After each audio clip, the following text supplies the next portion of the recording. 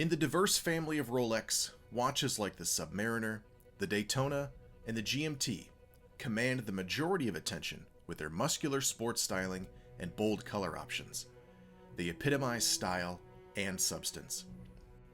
But one of the arguably lesser-known siblings to these watches doesn't crave the spotlight. It operates with contemporary sophistication and quiet accuracy. Style, substance, and subtlety. That is the Rolex Air-King. For this review, we look at the ascension and construction of the Rolex Air-King, the Aviator's watch.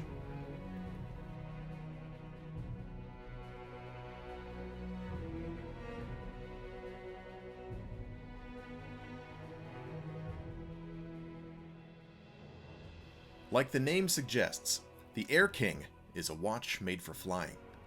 Along with the GMT, the Air-King was created for pilots. But unlike the GMT, whose origins were in the field of commercial aviation, the Air-King was bred for war.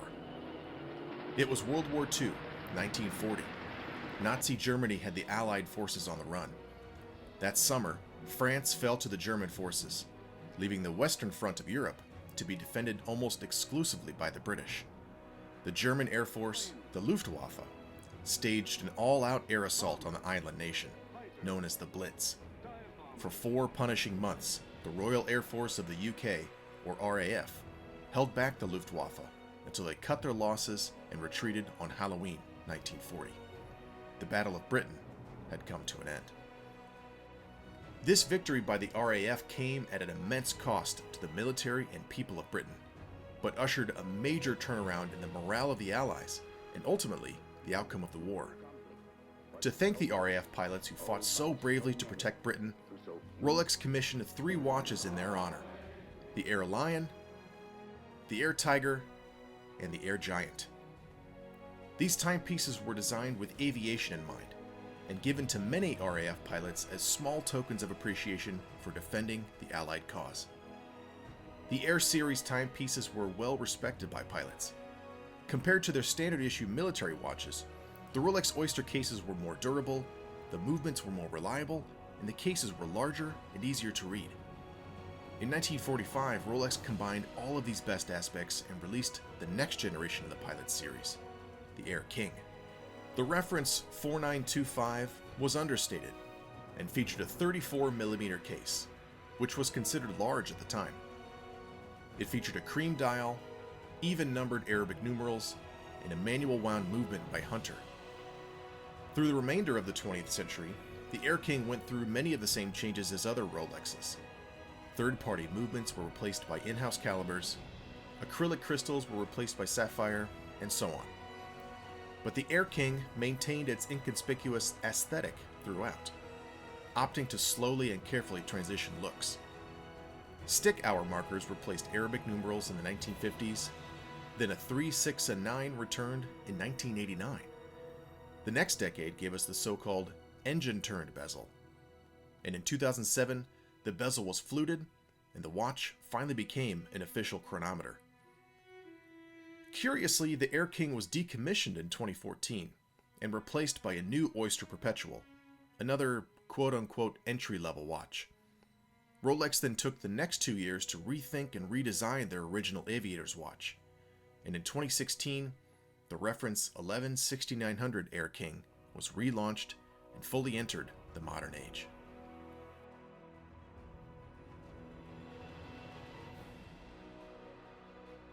The Air-King's case grew to 40mm, an almost 18% gain from the original 34mm. Along with a composition of tough oyster steel and a scratch-resistant sapphire crystal, this size increase helped it catch up to its modern Rolex siblings.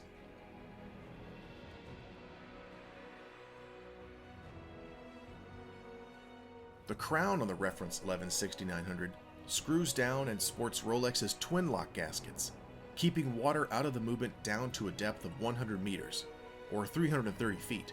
This twin-lock system also helps maintain air pressure inside the watch at high altitudes.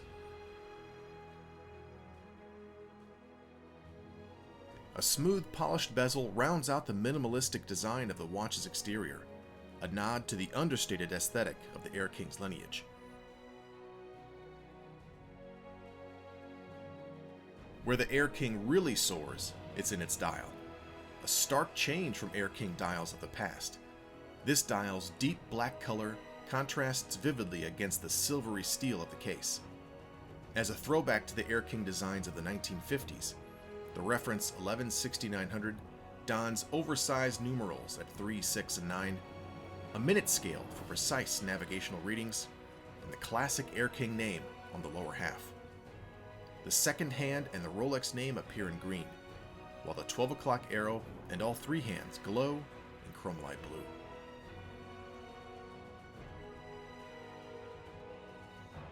The caliber 3131 movement is perpetual and self-winding, and protects itself with an anti-magnetic shielding. The 3131 utilizes the Rolex paramagnetic blue parachrom hairspring and bidirectional rotor. The movement is a COSC certified chronometer and has a 48-hour power reserve.